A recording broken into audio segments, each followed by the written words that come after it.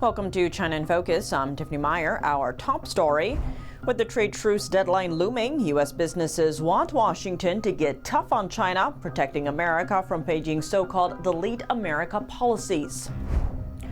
Voices of dissent rising across China ahead of a major Communist Party meeting. Citizens calling for freedom and democracy with slogans like the CCP isn't China and the CCP is an evil cult.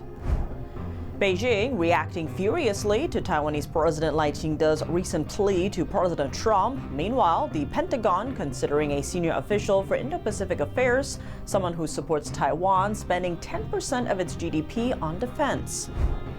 British prosecutors preparing to bring two men to trial for allegedly spying for China, but the case was suddenly dropped. More on the decision and what might have led to it. And China's premier heading to North Korea for a rare visit. What this signals about Beijing's growing influence in the region. Washington has to be very concerned not only with the strengthening relations between North Korea and China, but also the continuing, seemingly very strong relations between Pyongyang and Moscow.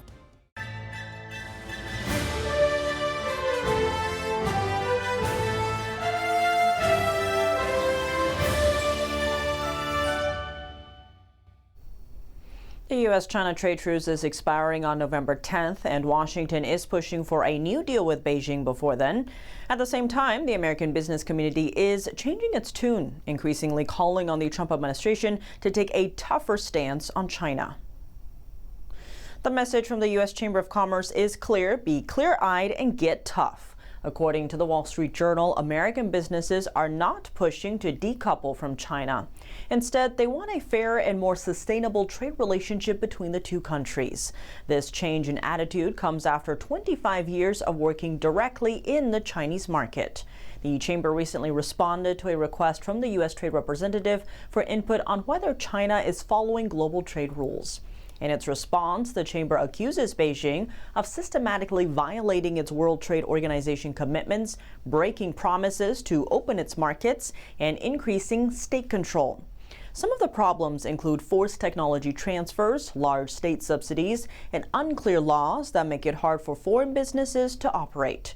The Chamber also highlights actions by China designed to limit American competition in key industries, a series of policies the Chamber calls Delete America. These measures restrict U.S. companies from entering certain sectors within China.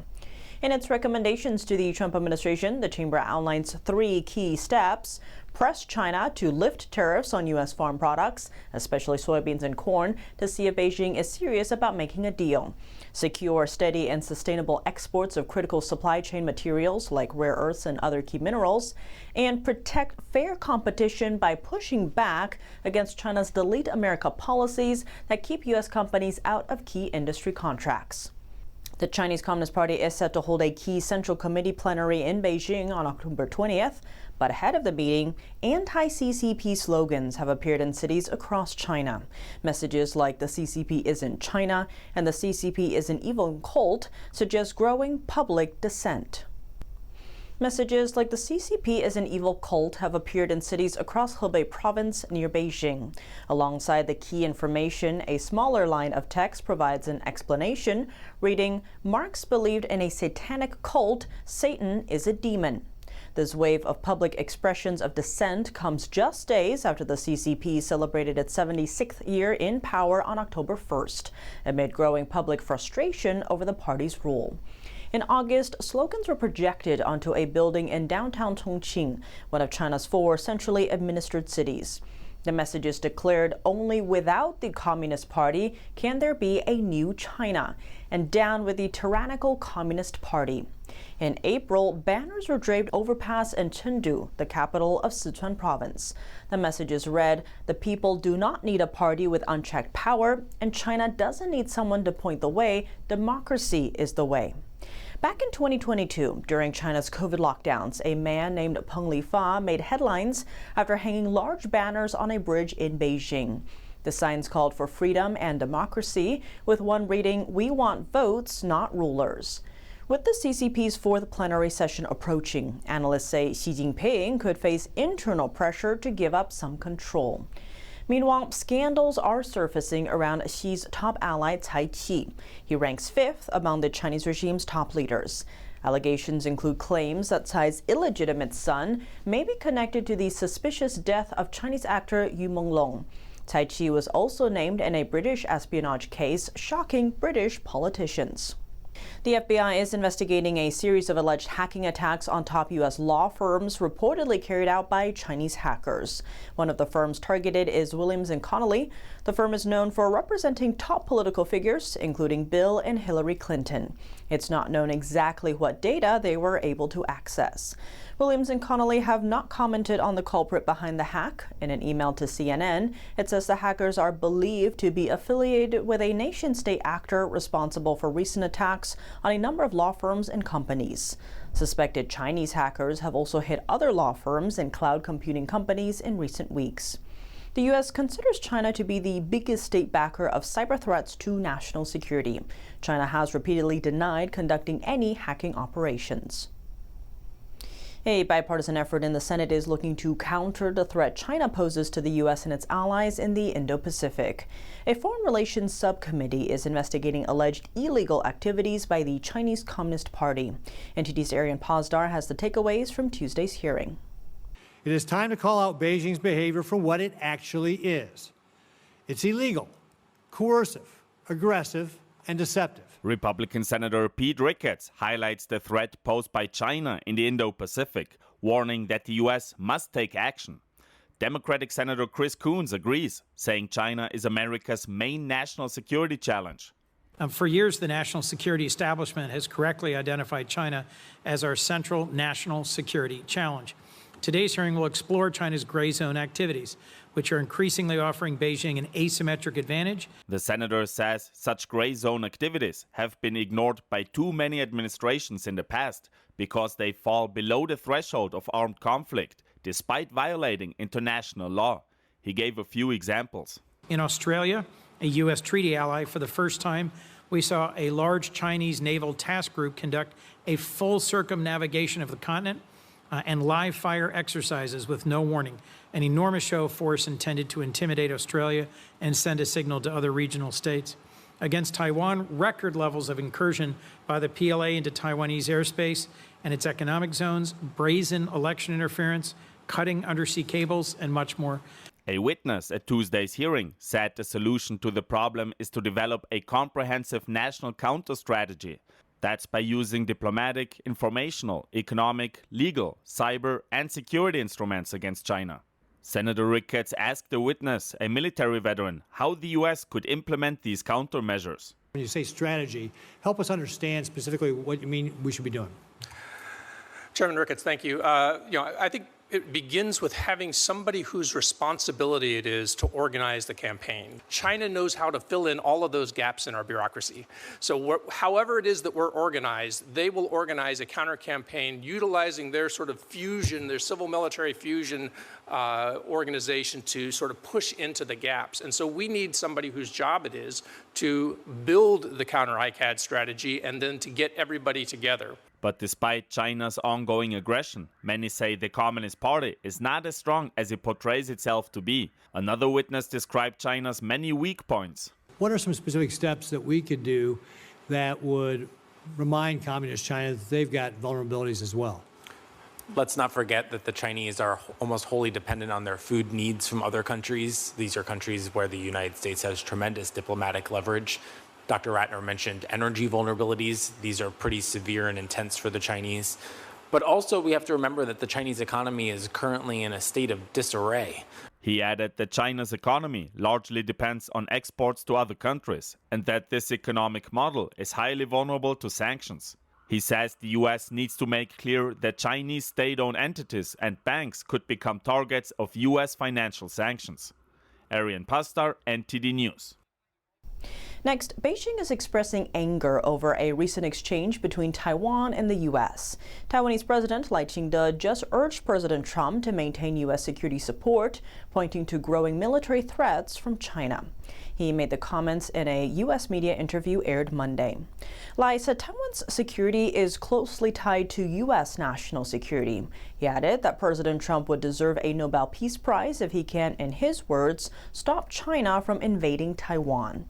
The next day, China's Taiwan Affairs Office fired back with a strong statement criticizing Lai's remarks. A Chinese official also repeated the regime's goal of bringing Taiwan under its control. China sees Taiwan as part of its territory, despite never having ruled it. The U.S. and Taiwan both reject that claim. Last week, U.S. Ambassador to China, David Perdue, said Trump's Taiwan policy hasn't changed, and the U.S. hopes the two sides can resolve their differences peacefully. Moving to Capitol Hill, President Trump's nominee for a top Pentagon post overseeing the Indo-Pacific says Taiwan should aim to spend 10% of its GDP on defense. He made the remarks during his confirmation hearing on Tuesday. Watch. It was President Trump who said that Taiwan, which is an island that faces an existential threat from the People's Liberation Army, from the Chinese military, that Taiwan should spend upwards to 10% of its GDP on defense. I strongly support that. Raising Taiwan's defense budget is a top priority for the island's ruling party, the DPP. Taiwan plans to spend over 3% of its GDP on defense next year and aims to reach 5% by 2030. The U.S. defense nominee praised Taiwan's president for boosting defense, but urged the island to, quote, do more and much faster. If confirmed, he says he would push the Pentagon to make Taiwan arms sales a priority. Coming up, British prosecutors preparing to bring two men to trial for allegedly spying for China, but the case was suddenly dropped. We're on the decision and what might have led to it. 40,000 stolen mobile phones smuggled from the UK to China in the past 12 months. British police are cracking down on phone thefts across London.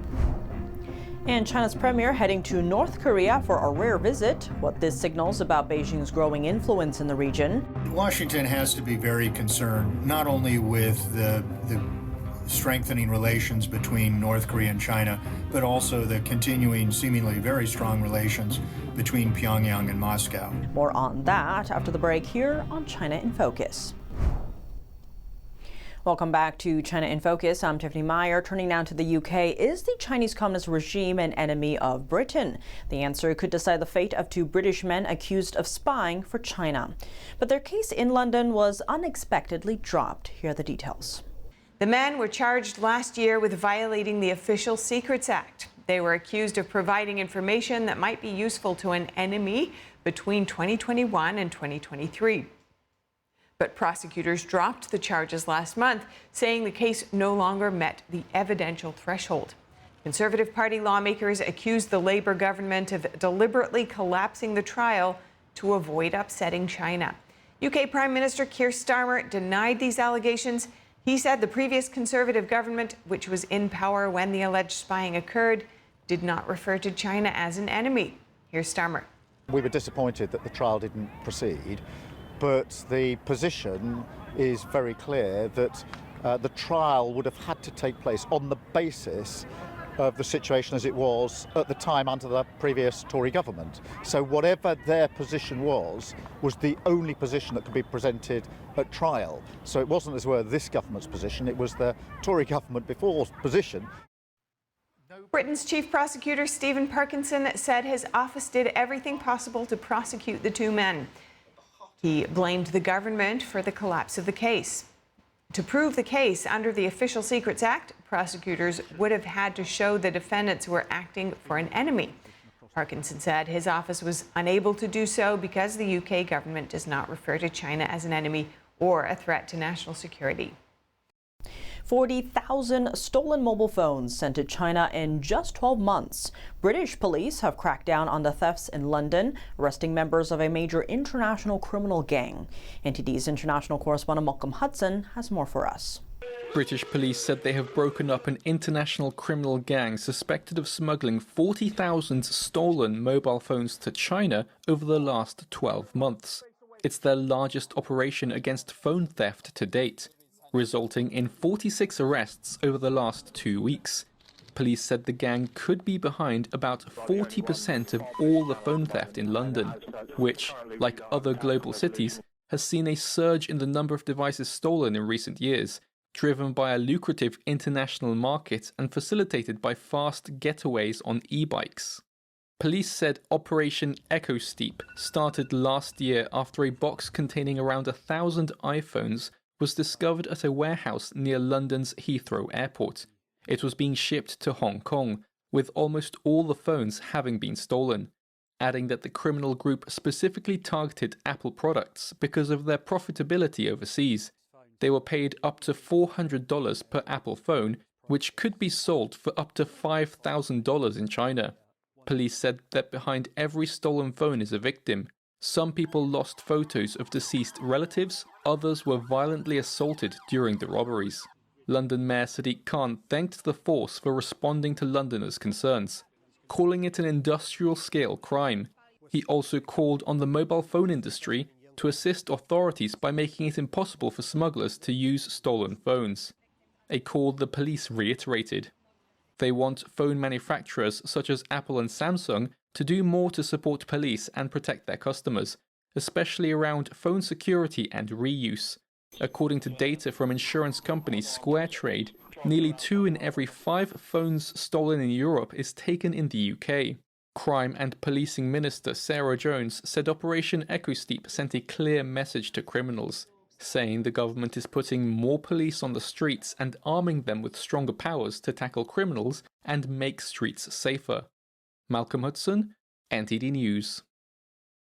Chinese Premier Li Qiang is heading to North Korea on Thursday. He's set to spend 3 days in Pyongyang, marking the 80th anniversary of North Korea's ruling party.